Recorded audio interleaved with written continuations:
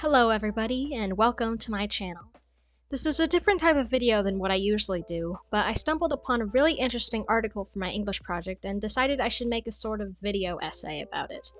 Some people may know that I'm a huge psychology nerd, so I decided to do an info dump about it and hope people are possibly interested. And if they aren't, then at least I can use my video editing skills for a grade. So, let's just get right into it. So, back in 2019, there was an experiment done by Chun Huang and Shengyu Gu. It was done in 4 schools, 2 in Beijing and 1 in Moscow and Almaty. They were all schools for children with mild intellectual disabilities, and essentially, in all these schools, they did an experiment on whether or not musical therapy can help these kids with their disabilities and help them develop empathy. Empathy is going to be a key word today, by the way. That's our word of the day. Anyways, in these experiments there were 2 randomly assigned groups, the experimental group and the control group. Before the experiment, they gave both groups questionnaires to see what their empathy levels were before the experiment. Both of the groups showed signs for a low level of empathy and concern towards their peers. During the experiment, the experimental group did 4 things. They worked with music by listening and by using instruments. They did empathy exercises by role-playing scenes to access feelings of empathy and perceiving emotions, along with a reflection at the end to pretty much talk about how the students felt during and after the session. They used pictograms and photographs to help the students recognize emotion.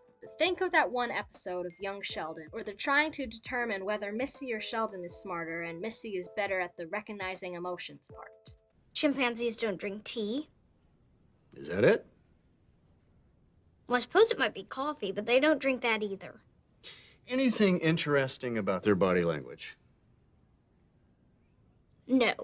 And they also used individual conversations and talked to the students and their parents individually to get a vibe of their characteristics and needs to make their therapy more personalized. The control group, however, didn't change their learning routine and just didn't do anything else.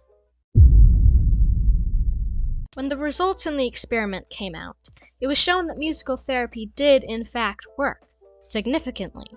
Based on the data that they discovered, the experimental group showed a huge increase in empathy towards the elderly, strangers, cartoon and movie characters, and animals.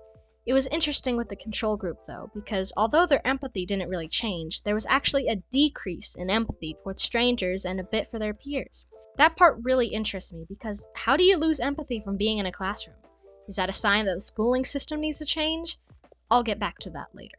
On the emotion identifying side, there was shown improvement of distinguishing emotions, specifically joy, anger, surprise, contempt, guilt, sadness, calmness, and fear. The control group, of course, didn't show much positive change. Another thing that interested me about them, though, was that they could more accurately describe emotions when they were accompanied by an action.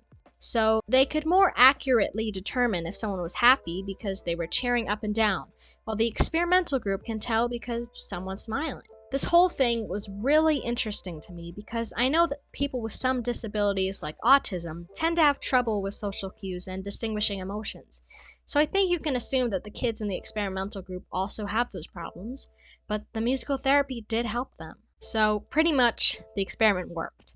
The kids who worked with music showed significant changes while the control group really didn't. And speaking of the control group, I told you we'd get back to that.